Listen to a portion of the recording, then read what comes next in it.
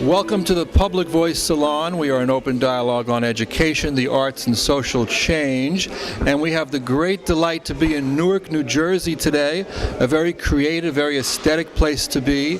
And Leonardo Banzant has his wonderful show of beautiful works, prints, African art, beaded works, and also wonderful assemblages here. And it's just a very vibrant community coming together. Our show is on education, art, and social change. We like to combine those categories and those themes. And we just met these two people very spontaneously, and they're nice enough to want to come on the show and share their thoughts about this day at Algira Gallery in Newark and what they're getting out of this experience from the art, from the talk. Leonardo gave a wonderful lecture about his work. He's originally from Bushwick, Brooklyn, and now he's has this wonderful, colorful work right behind us. This is one of his pieces here. So just introduce yourself and say a little bit about what you're learning here today. My name is Kay Reese. I'm an artist myself. And I first saw this work a couple of weeks ago at the reception. It's fantastic. It's multicultural, actually. When he talked about his background today, you realize that he's Dominican, African American, all kinds of racial influences, spiritual influences. The work is very colorful, very vibrant, very deep, and he has these sculptures that speak to spirituality that I think the people in the city really can relate to. And I advise people to come and see this exhibition. It's amazing. Wonderful, wonderful. And tell us your name and a little bit about what you learned here today. Okay, I'm Brenda Jackson, and yesterday I happened to be passing Algira and I saw the exhibits from the outside, so I decided to come in. And I agree with Kay. It is an absolutely wonderful exhibit. And he really has multicultural, when he talked about being Dominican and the fact about being black and all the different aspects in that. Also the fact that how we Afro-size everything with our culture. And I just hope many more people come since the show is being extended until May 20th, I believe. Yes. Okay. Wow. So I'm a professor of English, and now I'm teaching a class at NJIT, which is not too far from here. Rutgers University is also nearby. I used to teach at Essex County College for 5 years, and when I was teaching there, I would bring my students here on field trips just to expose them to art and culture, and I'm so glad this is such a wonderful resource to have in the community of Newark. It seems to me like the bohemia is coming over here now. You know, like in New York, where the rents are so high, artists can't afford to live anymore. It seems like the bohemia now is gravitating into Brooklyn and into Newark and into Jersey City. Any thoughts about that? Well, Algira has been here for many, many years. They have a long history here in Newark. And they have a long history of bringing contemporary art to the community.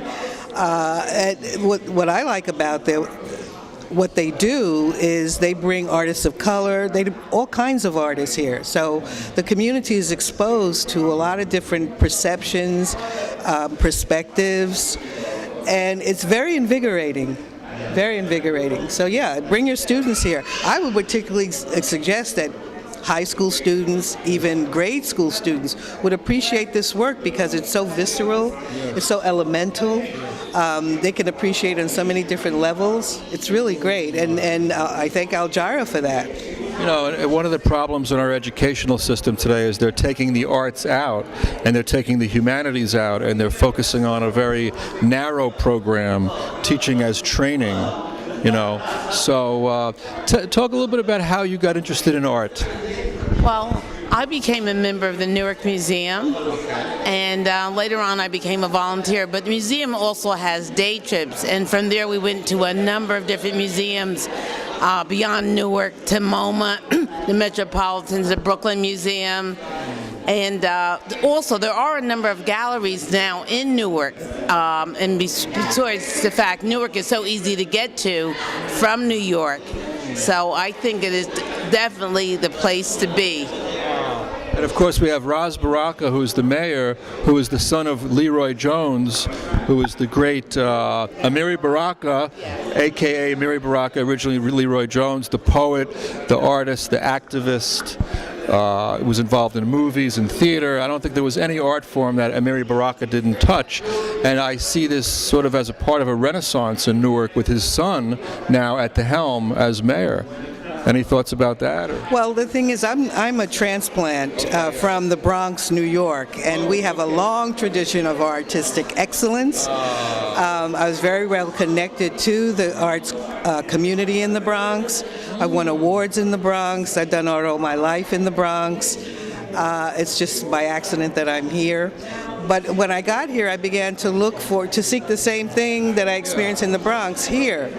And this is one of the central places for art and artists to meet each other, to see each other's work. And I've been really delighted that I'm here. As you can see, I'm still here. And I like the fact that they have not conferences, but certainly artist talks. You can get to meet and greet the artists and talk with them. So, there is a vibrant community of artists here. That I fully appreciate and feel connected to, growing connection with them. Of course, Newark has had a rough time over let's say, starting with the rebellion, or some people call it riot, some people call it a rebellion in 1967. Before that, Newark was a strong middle-class community. There was a lot of Jewish people here. Philip Roth is from Newark, the great, novelist. Then there was a lot of dislocation and poverty and problems, and now the city is kind of on the rebound. So there's a feeling of renewal and that spirit. And like a lot of young people today go to Detroit because they want to be part of a resurgence of some urban fabric that's coming back to life. You don't have to go to Detroit. You can come to Newark. There's a revival going on here. Well, I think artists and artists draw people because of the vibrancy of the work that we do. We just bring an energy to any situation where we are. And I think you don't have to go somewhere else to get that energy. I think people ought to stay where they are and just participate in the life of the artist where they live, because that's the energy. And if they did that, we'd all be energized, and all the cities would be energized, and all the cities in the country would experience a kind of redevelopment. Because everybody follows the artists. Unfortunately, they end up pushing us out. Yes. But that's why we're here. I was just about to say that. I'm not an artist, but that's true. That happened in Soho and then into Brooklyn, and now I think the next place is the Bronx as far as New York. But I think Newark, New Jersey is a place to be, and there's a lot happening in downtown here starting in the 90s with NJ Pack.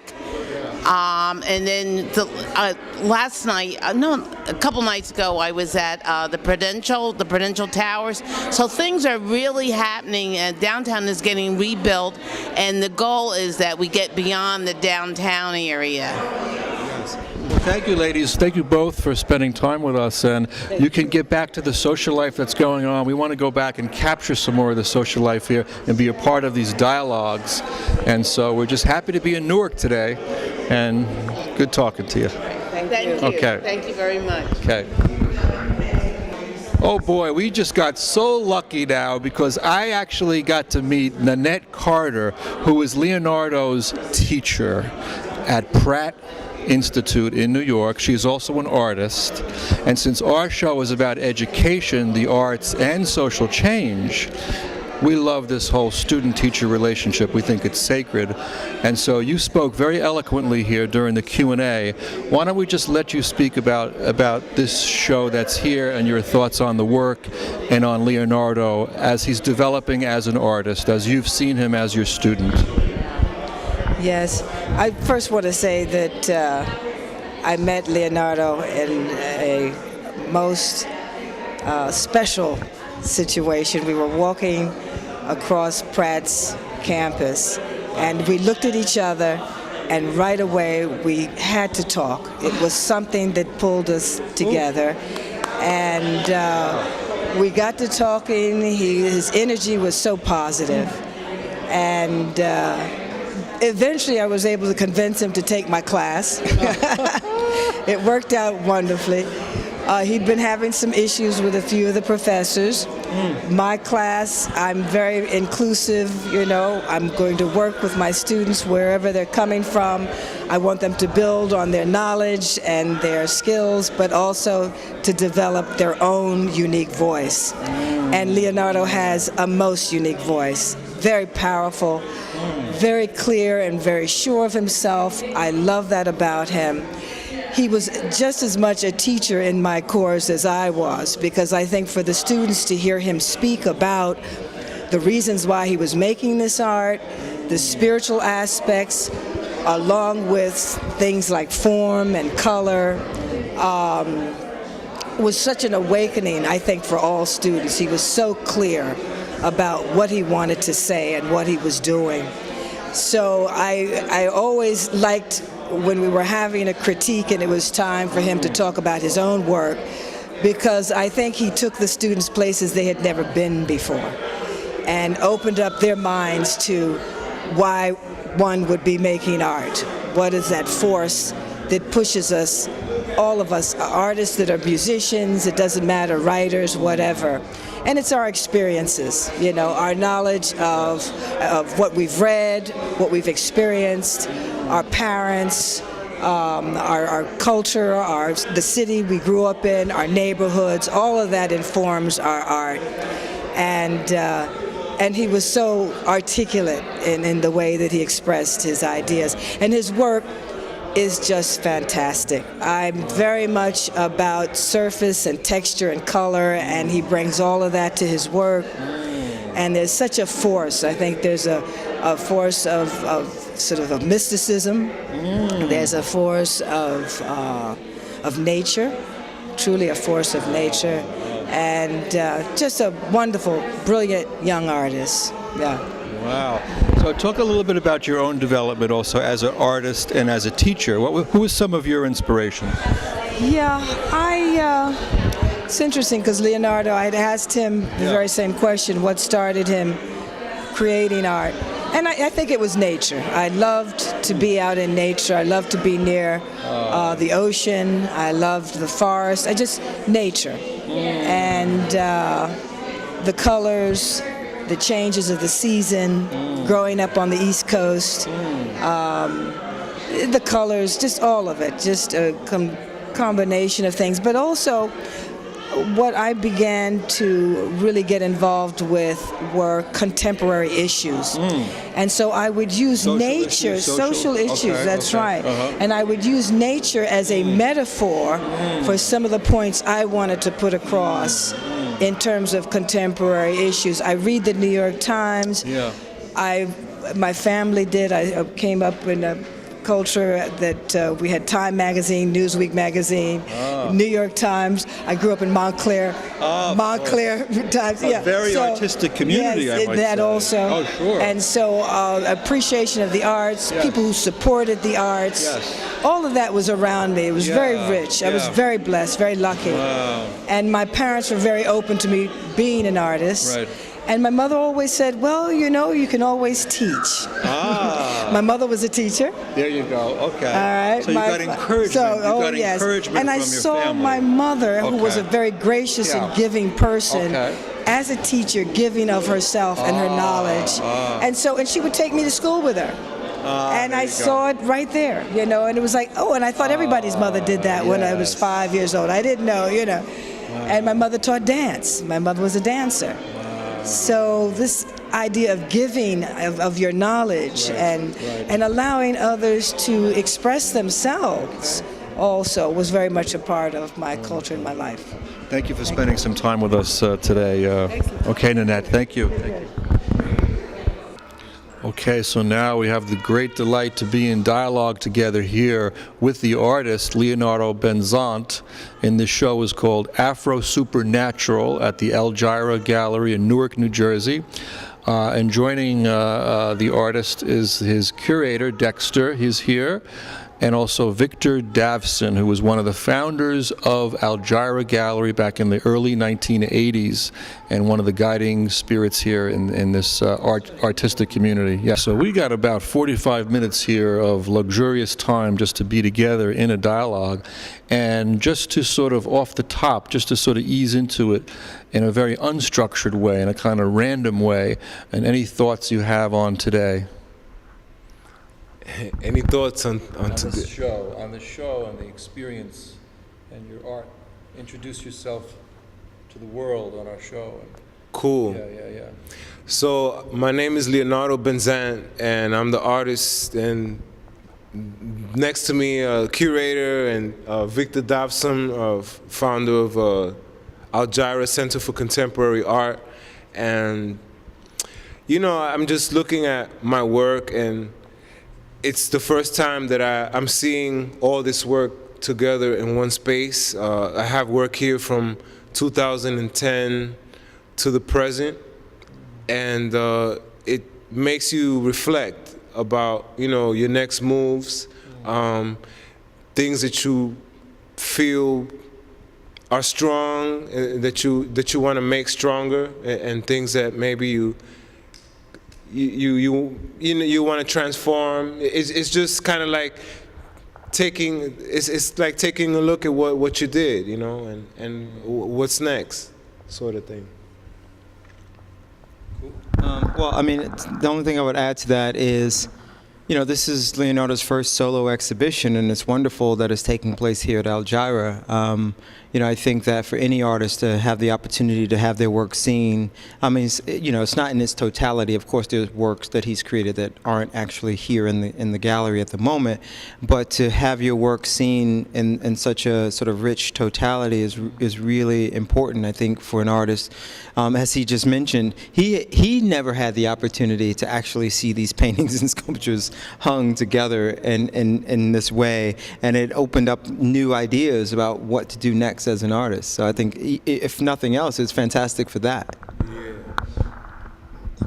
Yeah, I'm Victor Davson, and I'm the co-founder of Algira Center for Contemporary Art, as Leonardo pointed out. And I'm really delighted to afford Leonardo this opportunity. I was telling him earlier that when I was at the place he is in my practice as an artist, I didn't have this kind of envelope to show my work. And I feel very proud that I'm able, as part of my practice, I don't really separate the two things that much any longer, creating opportunities for other artists and making my own art. I see them seamless, and so I'm very proud to see what I consider a young brother get an opportunity like this to sort of strut his stuff, to really to present his work, to talk about it, to get feedback from an audience. I think that really helps the work. Kerry James Marshall, I was watching recently, talked about his studio. And in fact, he talked about the studio and how the studio is different for different artists. For him, he thought of his studio as a place of intellectual activity. I see Leonardo's place as not only a place of intellectual activity, but spiritual activity. So, as opposed to a studio space like Jeff Koons, which one could think of as a factory that produces luxury items for consumption in the marketplace, or Damien Hirst, you know.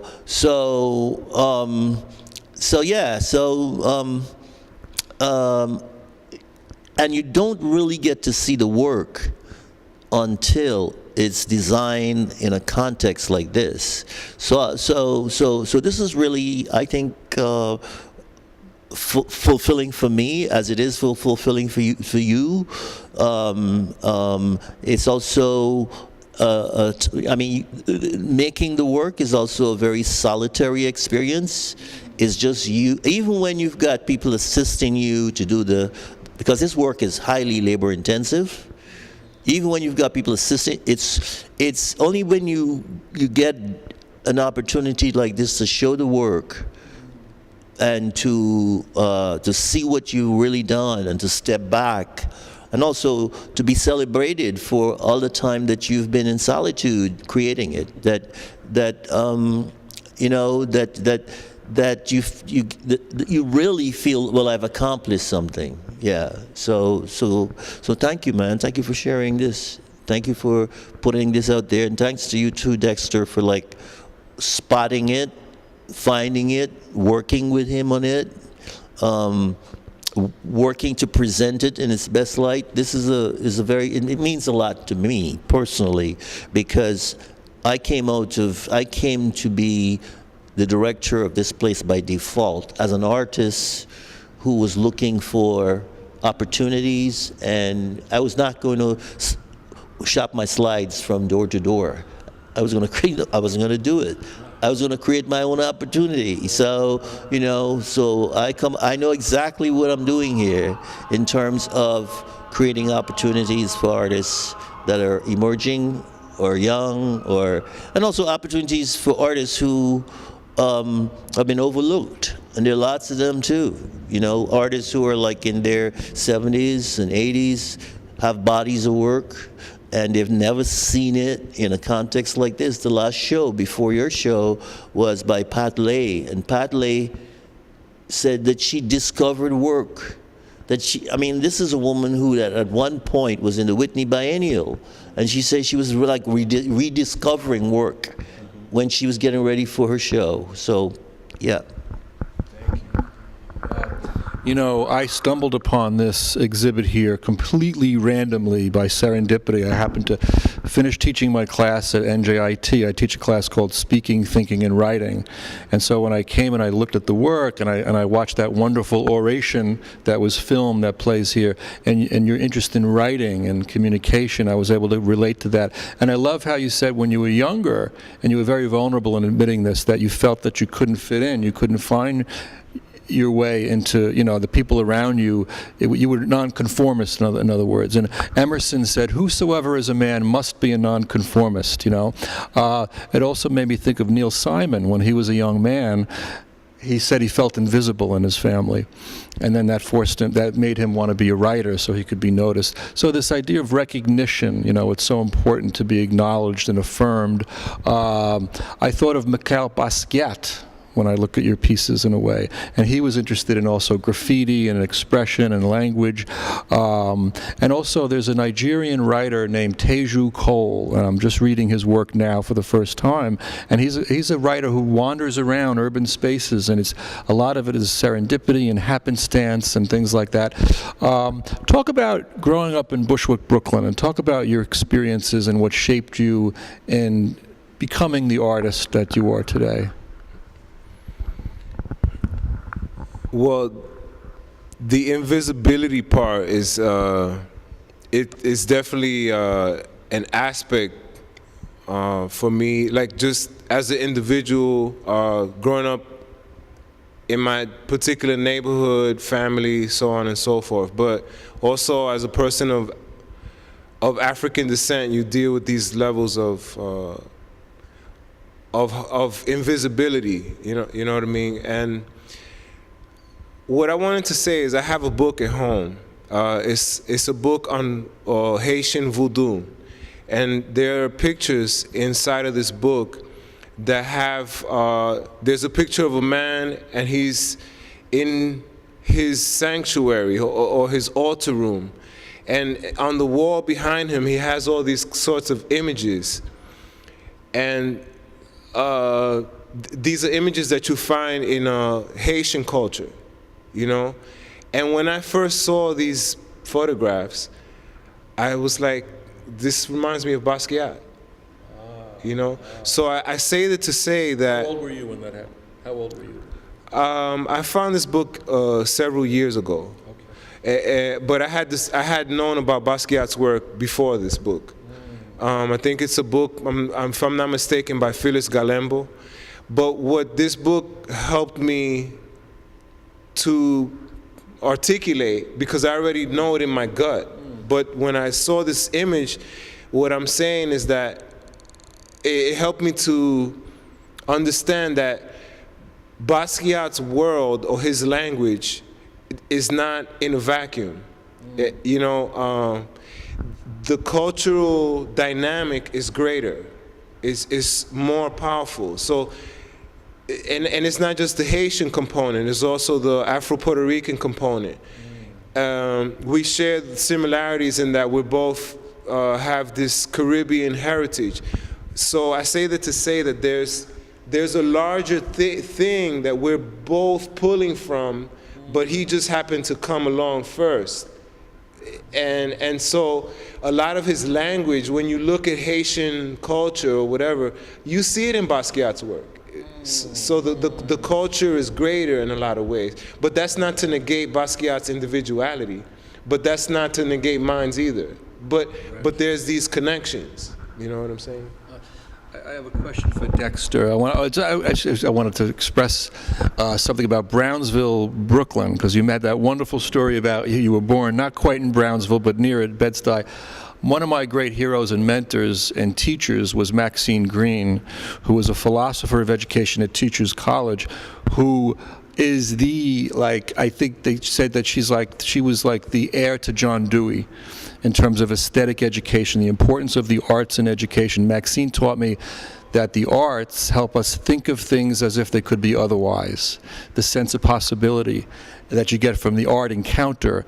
And she was born in Brownsville, Brooklyn. So just to say that. So Dexter, how did you get into the art world, and what is your aesthetic journey? Where are you at right now on your aesthetic adventures in life? Well, I mean, my professional background is in communications, advertising, marketing. I ran an agency for about 13 years that I started when I was fairly young in my early 20s. But it's a long story. The very short version of it is that at some point while running the agency, I became enamored with artists and the work that they were doing, some of the artists that I knew personally.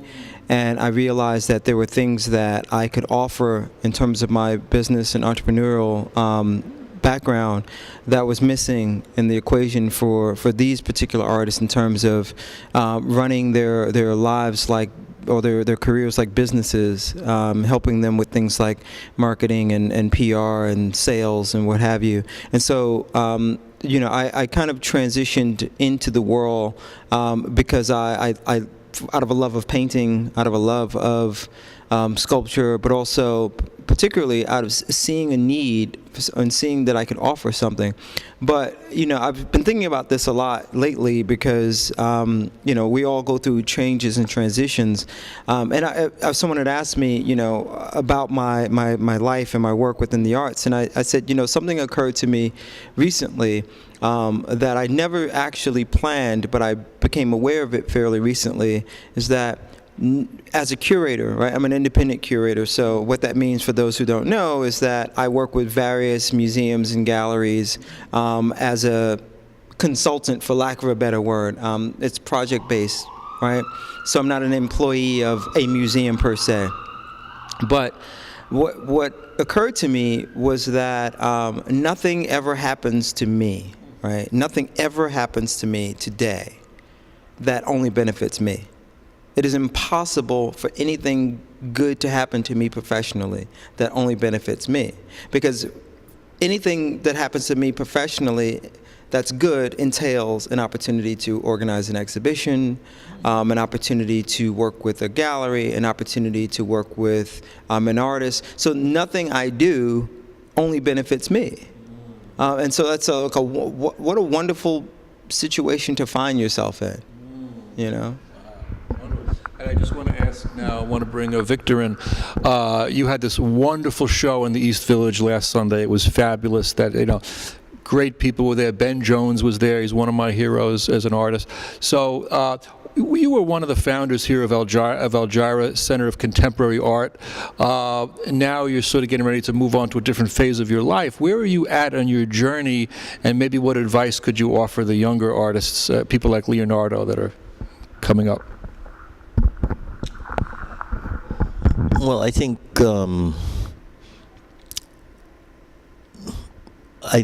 that every artist's journey is individual. I really don't.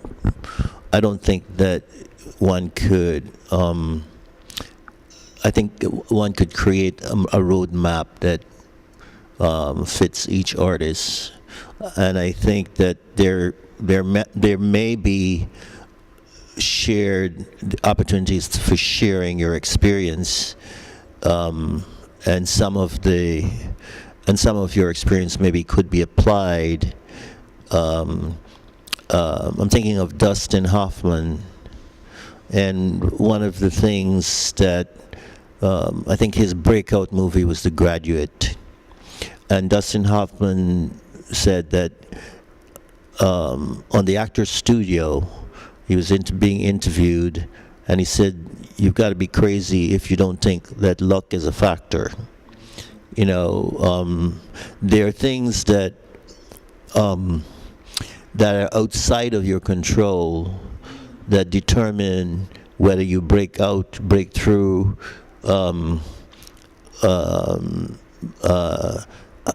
whether you succeed fabulously well or not. I think the important thing is that, yeah, and I guess there is something I could offer,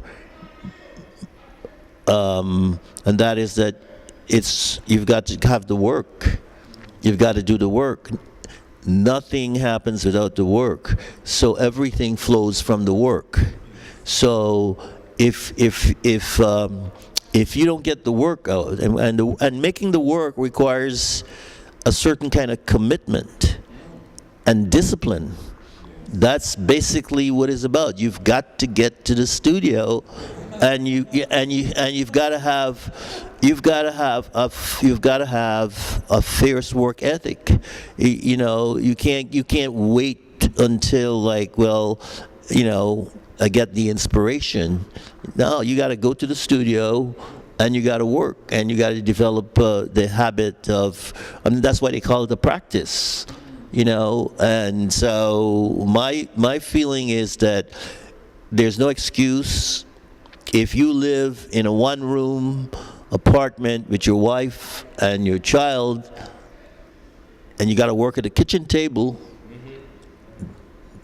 That's your space. You schedule. Look, when you schedule it, you know, when the meal is not being cooked, that's your spot, and you make the work. I have a friend, Andrew Light. You saw Andrew's work recently, and Andrew used to make these installations that were like 3 and 4 stories tall, and he had a very small space, but he figured out he could make the pieces in modules. So the same way you can't see these pieces that you make in your house, Andrew wouldn't see the work until it was installed in these corporate buildings that are 4 floors, 5 floors.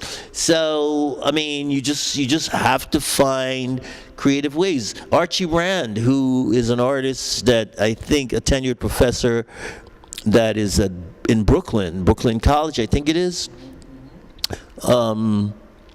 Archie used to make these big paintings. He couldn't see these paintings in his attic studio, so he would roll them up, put them in the back of his car or truck at night, and he'd go to a mall. He would take a ladder, climb up on the roof of the mall, and look down at them so he could see them.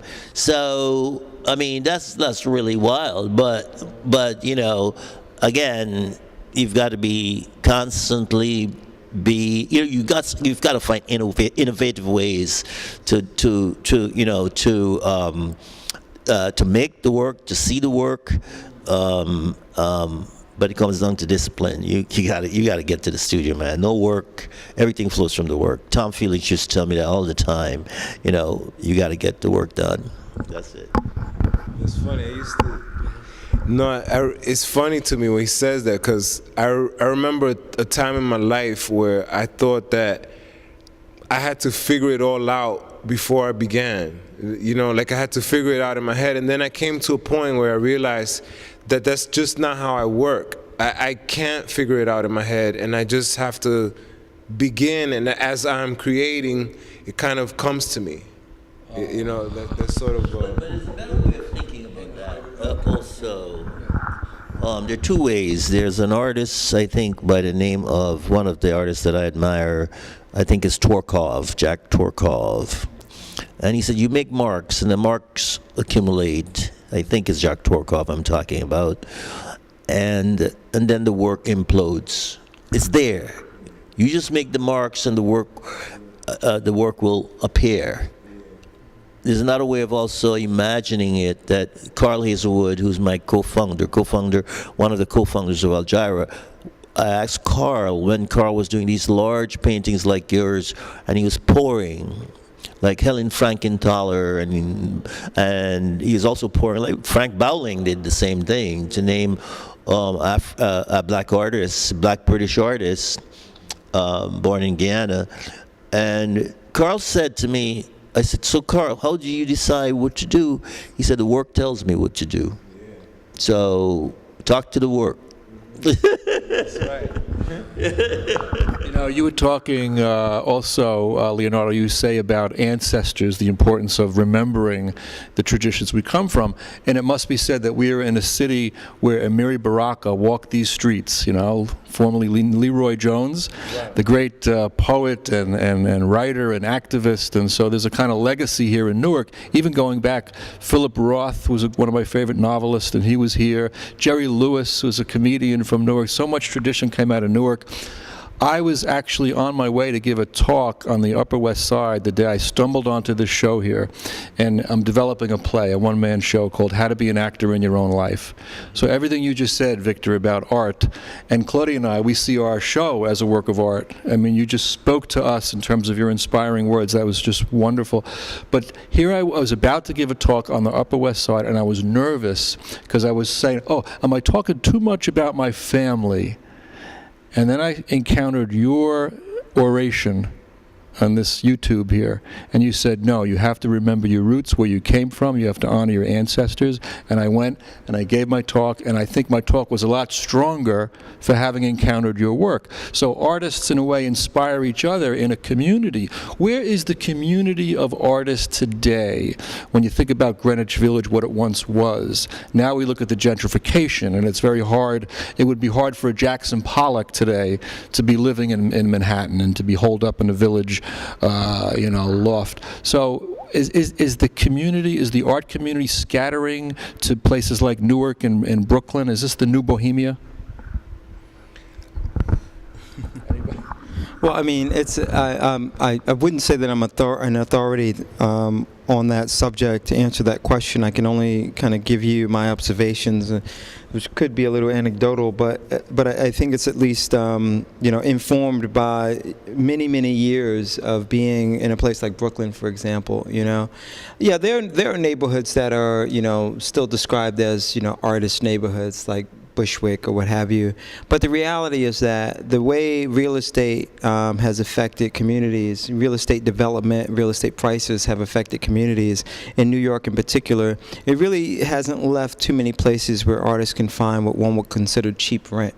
The whole romantic idea of, the loft space that's sprawling and only costs a couple $100s a month, and you can just do whatever you want with no landlord to check in on you other than wanting to come and get the rent. That's pretty much done in New York City. But you were talking about Newark as well and other places, but I'm just talking right now from a New York perspective.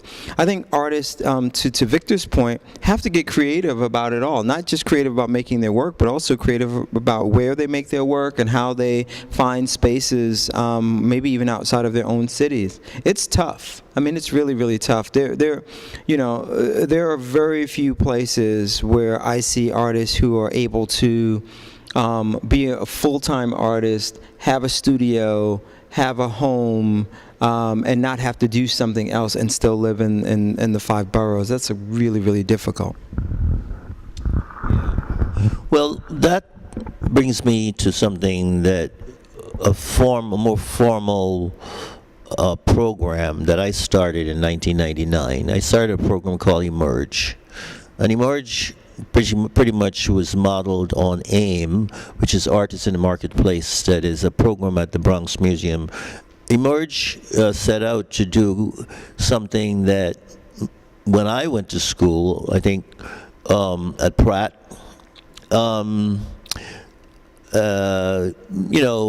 mentor and professor, Rudolf Barnick, the late Rudolf Barnick, I said, well, what do I do now? I'm graduating. He says, just hang around New York, you figure it out.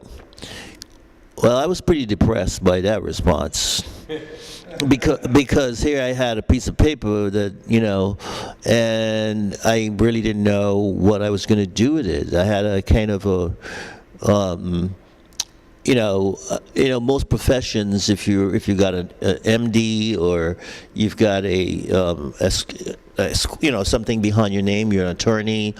There's a practice that you could enter, and there are steps at which you can rise up the ladder. You can, So I started Emerge. And Emerge is a professional development program for artists. And what it tries to do is it tries to help artists, and it's in its 11th iteration. We've finished 11, and we've covered about 240 artists.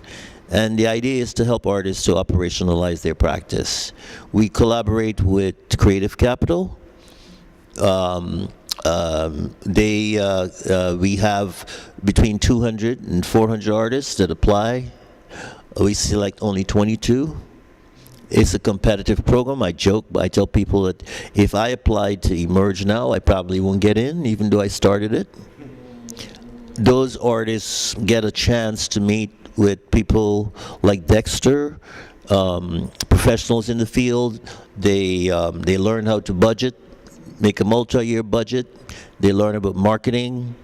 They get one-on-one intensives with professionals, gallerists. They meet accountants. And in fact, they help to design the curriculum once they're selected. What are the things we ask them that they want to know that would help them to advance their practice?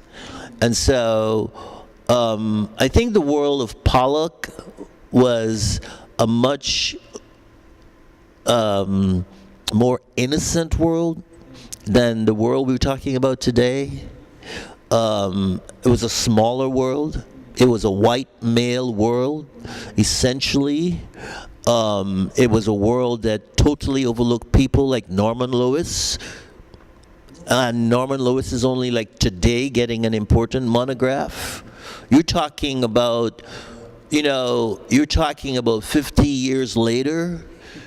It was a brutally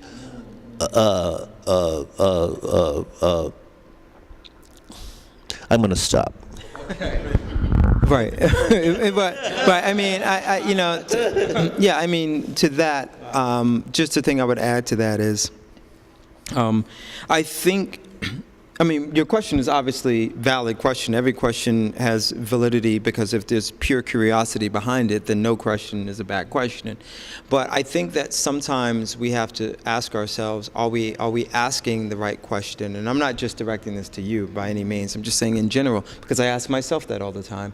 Whenever I find that I'm asking something repeatedly and I still am not satisfied with the answer, I sometimes say to myself, well, am I asking the right question? Maybe it's the other way around. So I say all of that to say that when we talk about those periods of time in the 70s and 80s when artists were able to get these spaces, and where is that now? Well, that was a period of time. It does not exist any longer, and probably will never exist again without the intervention of a foundation or corporation or wealthy individual who wants to create that. in and of itself, I mean, sure, there's always going to be fringe communities and cities that, like, for example, 3 years ago, you couldn't walk 3 feet without tripping over an opportunity to move to Detroit. Like, that was like on everybody's mind. Now you don't hear it as much for a lot of reasons, but my point is, there's always going to be a place, some mythical Xanadu, where people are like, that's the place where you can move to and almost have free rent. But the reality is that things have changed. What it means to be an artist in your core may be the same, but what it means to be an artist in this world has changed. How artists are valued and, has changed. Sort of move. We're almost out of time, I think, but we have to close. I want to talk a little bit about spirituality and nature and that kind of thing. Claudia and I like to see spiritual values as infusing in our show as well. We like to talk about creating a world that's more loving, more kind, more peaceful, and those are spiritual qualities.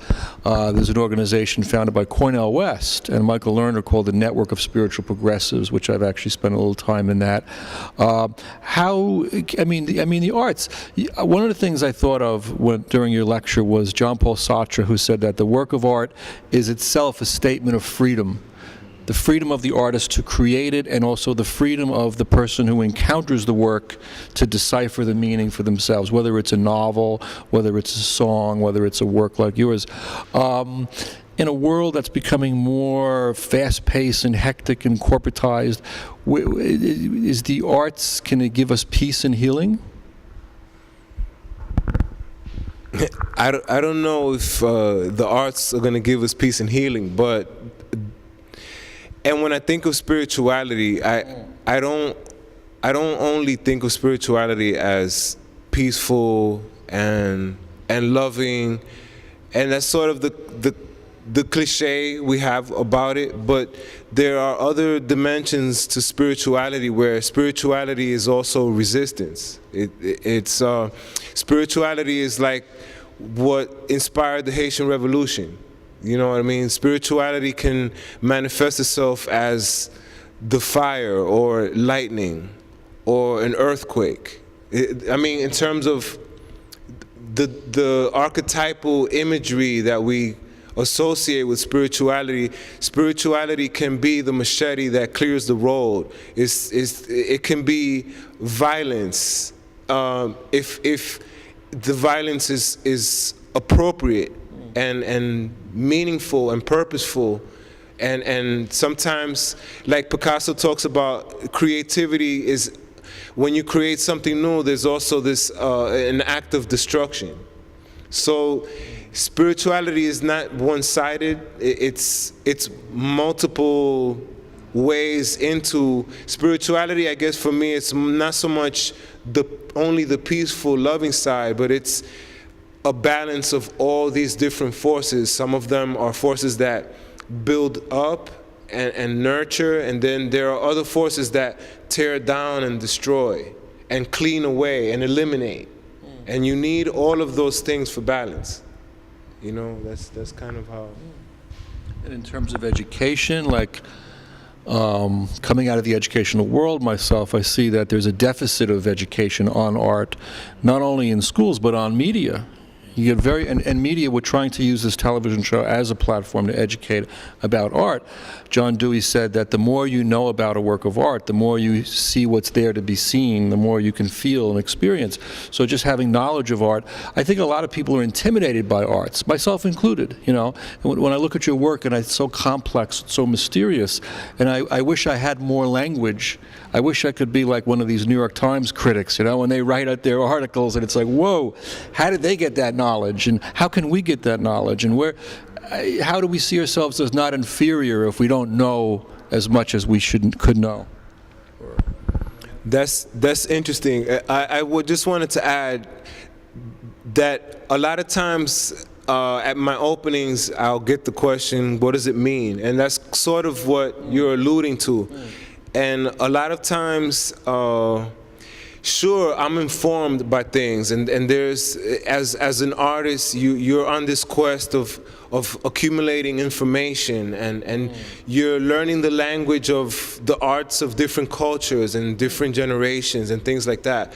But when I'm presenting my work, I know that there are so many layers that when somebody's looking at, and then there's also the things that I know of because I was initiated, that sort of like information that I may know about, but maybe secular people may not know about. So when I'm presenting my work, I'm not so concerned whether people get it or not, in a sense, because for me, it's like, it's more about a visceral response, and it's more about energy. And I think that, like, when you listen to music, you may not be able to say, well, this sound reminds me of an elephant or this and that. There's something abstract going on that hits you on an energy level. It's more about vibration. So some people may come to the work and they may have some information about the cultural implications or the historical implications in the work, but some people may not have any of that, and they'll still be hit on an aesthetic, formal, visceral level. And that's like when I look at a woman, it's like I may not know why I'm drawn to her. There's an energy about this particular woman that makes me want to go, you know, there's something there that's visceral. That Be careful, your wife is over there. It's not, but I mean, my wife included. My wife included. Of course. But I mean, it's just there's this like, there's something visceral that's not always an intellectual thing that people are going to be able to enter the work into. I'm not quite sure what, to go back to the original question, I think we sort of pivoted from the question about spirituality. And knowledge of art. How do we learn about art to better interpretation? Well, all right. Well, to me that seems like a different question about spirituality. Spirituality to me it has religious connotations. But in terms of a practical approach to learning about the arts, one of the programs that we also have here, which is underfunded, of course, is something called Culture Creators. And in fact, it was named by the high school kids that we've worked with in Newark. They named it Culture Creators. And it really was, in 2006, it was, I think, initially started out with Ethan Hall, who I hired as a deputy director. And Ethan's background was in education. He had some revolutionary ideas about how to educate, how to run a space like this. The idea that you don't start with the exhibition, but you start with the education component, and then you build exhibitions around that, which is opposite, sort of an inversion of how people usually do. They curate a show, and then they get some educational programs that they tack onto it. So I thought that was an interesting way of approaching it. But the point I'm trying to make was that we would take kids around. We would take them to the Brooklyn Museum, to the Street Museum in Harlem. We would take them to the Newark Museum, and we'd give them a kind of immersion, a full immersion in no rigid structural framework, no testing. But we also would have them work with curators who we would hire. We'd have them work with people who had backgrounds as critics. We would give them language which they could attach to what they see and what they feel. They would be encouraged to articulate on the page what they experience looking at these works or interacting with these objects on their own. And so it's a kind of indirect way, it's through indirection that what we're doing is educating these children, these young people, on how to approach and appreciate an object of art. One of the things that those kids would come away with is a sense that you brought something to the object. In fact, you completed the aesthetic experience by bringing your background. I mean, it's really remarkable. You know, I will see a head, and you will see a fetus, or I will see whatever it is that you see. And I think what Leonardo is also referring to quite often is the multiple readings that one could see in a work, multiple readings and multiple levels, and they're all legitimate.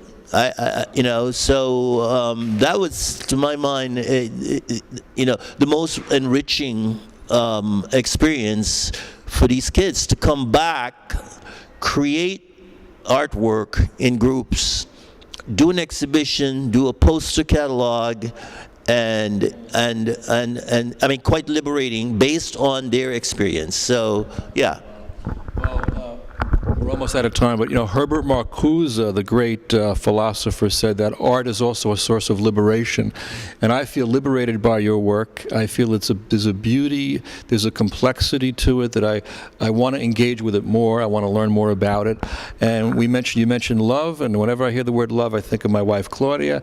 And if it wasn't for her and her love, this TV show would not be possible, because she helped me transform my crazy dream of having a TV show into a reality, because she believed in my crazy dreams. We all need people to believe in our crazy dreams, and love is an important force in the world, and we're just so delighted to be spending these wonderful social and aesthetic moments with Leonardo Benzant, the artist, Dexter, the curator, and Victor Davson, who is an artist, the founder, one of the founders of the Algira Center for Contemporary Art, and also a wonderful artist in his own right. Thank you all for watching the Public Voice Salon, and thank you for being on our panel. And any quick, how much time, Claudia? 1 minute left, so quick closing comment. Sure. I think that one of the things that has been reoccurring in my mind lately is how important art is and how undervalued it is. And I jokingly say that, you know, art is not, you know, it's not HBO and frozen yogurt. You know, it's not the things you can live without. You know, it's critically important. It's transformative, and not even from a romantic sense. It makes your life better. Oh my goodness. Yeah. Round of applause for the arts. Here, here. Wonderful. Thank you. Thank you so much for being on our show. Thank you so much. Yes. The conversation will go on. Will go on. Yeah.